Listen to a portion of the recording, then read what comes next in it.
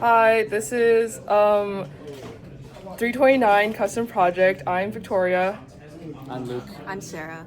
Okay, this is the main.c. We also have module like H and C files for the timer, the servo, the RFID system, the motion sensor, UART itself for debugging, and then the authorization connected to the RFID system. I initialize all of those things. I use some of the built-in stuff for timers. There's all the initialize. We start with just RA status, and then it's essentially two case statements and then a sleeping thing. So the first case statement is if the button is pressed, what state are we in, what state do we move to, and then it starts the timer. The second is if the RFID card is tagged and it's the right one, then we change states based on that. There's a delay on that, so it doesn't just constantly change states. And then this is for the motion sensor.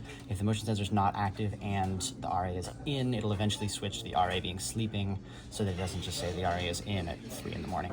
The timer is updated at the end of every cycle, but it's updated based on a hardware timer, so it's accurate to the second. Okay, so this is the RA tracker setup. This is the RFID card reader. We're using the push button on the board itself. This is the servo for locking and unlocking the door, and then the motion sensor is in the box so that I can demo that works. The LCD screen reads the current status of the RA and how long that status has been true. It goes minutes and seconds. So if I use the card, it goes in or out.